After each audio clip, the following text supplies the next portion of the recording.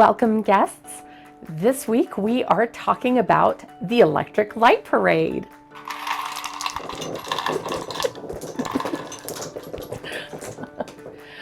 You will have to forgive me. I've lost my voice getting over a cold. So in the inaugural parade for the Electric Light Parade was June 17th, 1972. I would like to think that I'd seen the parade, as this was my first year going to Disneyland, but I was a toddler and I don't have any memory of it. This parade ran until November 1996, which is when we bought the Farewell Season VHS tape. You can see that it's well loved. My kids loved watching it over and over. And it's kind of fun to think that something that I saw as a child, my children saw when they were young, and now my grandchildren get to see it. So after its final run in Disneyland, Disney World ran its own version in the Magic Kingdom in June 2010, and California Adventure ran it from 2001 to 2010. And now it's started its fourth run, where it all began in Disneyland, premiering again on April 20th, 2022. This has been a busy, well-loved parade, but as we will talk about, it hasn't stayed exactly the same, and some things have been removed, some possibly for age or technical issues, and some for cultural sensitivity. And in honor of Mary Blair, the Imagineer who designed the dolls from It's a Small World, the final float has more of the current characters that the younger generation will recognize. Now, anyone who has seen the Electric Light Parade will realize that the music playing along with the parade from the VHS recording is not the official music. This is because we don't have copyright permission to use the official music, as the VHS tape is old. You can see that there is flicker and flutter with it. And the Blue Fairy is not in the current parade. She began the old original parade, but in the new parade, she's not there. And it cuts out just really quickly, but it does have the symbol for GE. So GE was the sponsor of the parade. And here we have the Cinderella section of the parade, and they have Cinderella's mice, but in this, they're all boy mice. In the new one, they've added the girl mice too, which I think is good, equal opportunity. And in the new version, you'll see the tarp or awning that they have, it's big, it seems bigger. They have more characters moving around, and there's one in front of the float and one in the back of the float. So there's a lot more of the characters dancing, and you'll notice in the new parade, they have lights that are on in their hair, and so that it's shining on their face so that you can see their expressions a little bit better, which I think is really good. It's probably not great for the performers because it probably makes it hard for them to see where they're going. You'll see at the top here, let's see, okay, there you go. You can see they've got Tinkerbell circling around the top of the pirate ship mast. She's not there. She gets her own float this time. So that's pretty cool. And I really enjoyed her float. That was really some great effects on there. And you'll see here there's a hippo in front of the Winnie the Pooh float. Those are not in the current parade. They've removed those. And then behind that, you will see there is Prince John playing the organ. I don't know why he's playing the organ. Doesn't seem like something Prince John would do, but that's not in the current parade either.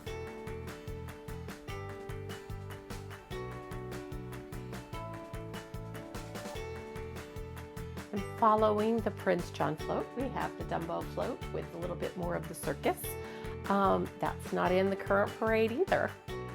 They've kind of swapped out some things, added things, removed things. This is one of the ones that they removed. I'm not sure if it's just something that they haven't stood the test of time. 50 years is a long time.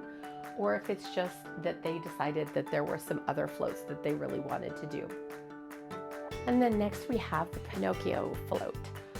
This one's supposed to be like Pleasure Island. Pinocchio is actually walking the parade instead of riding on the parade, and he's got the little boys with donkey ears. So they're actually running around the parade floats doing their performance. And this is one that I'm going to kind of skip because there is a little cultural insensitivity at the end of this float that we are not going to share. Then we have a favorite, Pete's Dragon. This one's really kind of a fun float, one that I do remember from my childhood. And in the video, he doesn't have Elliot disappear, but in the parade that we got to watch, I was telling the kids about it and what you do to make Elliot disappear, and we made him disappear. That was kind of fun.